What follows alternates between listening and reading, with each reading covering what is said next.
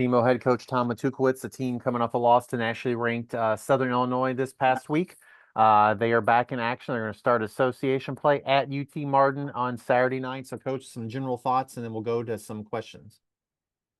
Yeah, just a really tough loss. At the end of the day, we've worked extremely hard to try to get to where SEMO football means something.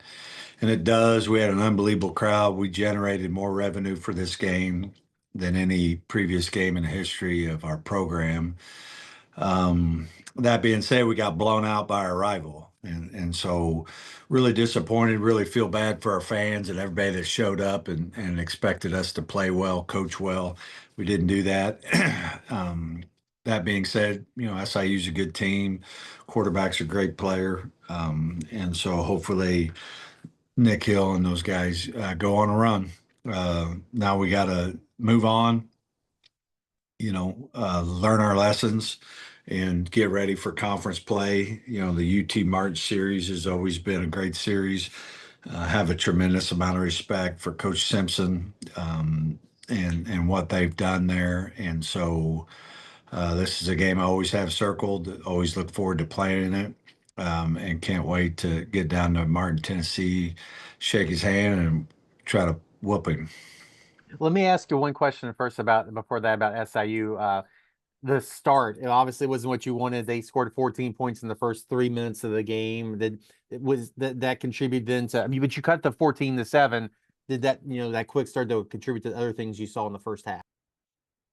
Yeah, I think we let a quarterback draw go for 75 yards. Didn't surprise anybody. I just thought we would have been able to get that down. We weren't, and then we fumble it. So obviously you didn't start well. So why? And so we've been looking at everything. That's been a point of emphasis for this week to hopefully start better. At the end of the day, I think our guys were ready and they prepared and they were playing hard. We just didn't play well.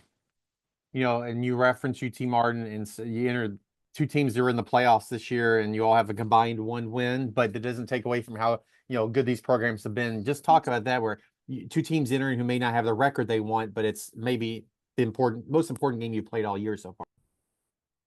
Yeah, I think both coaches, both programs understood scheduling those type of games, what that was going to mean, and to the records and all that stuff. But at the end of the day, respect is earned. They have our respect. I think they respect us. And so just two really good games. At the end of the day, whoever wins this game is going to feel really good. And the truth is, whoever loses this game, it's going to be tough, because, you're sitting there saying, hey, start OVC play, we're excited to go play UT Martin. Then all of a sudden you lose that game, it's just tough. But that's just the way it is. That's life. That's our schedule. And so we got to focus on just being ready for this opportunity. And what you've mentioned this before, what you all have built in the time you've been there and what Jason Simpson's built. I believe you all have combined the two teams 7 titles in the last 6 years or 5 years. Both of you have taken programs that may not have had so much history and really, brought you to the top of the conference. Can you talk about that parallel between both of you? Yeah. Even when I got here, he's been there 20 years or whatever. I think he was there 8 years before I got here. And when I was looking through everything, I was just baffled. He was 7-1 versus SEMO, and I just couldn't believe it.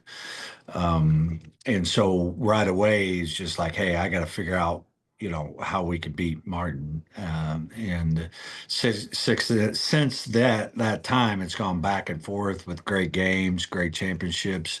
I think the culture and the style of plays have helped, and just being consistent. Being consistent is just hard to do. It's hard to be I can't imagine being a head coach for 20 years. I've only done it for 12. It's just hard to keep everything going, keep solving problems, and all those type of things. But it is you're kind of in the middle of history, with what he's been able to do, the championships that UT Martins have done, and just his legacy within the OVC.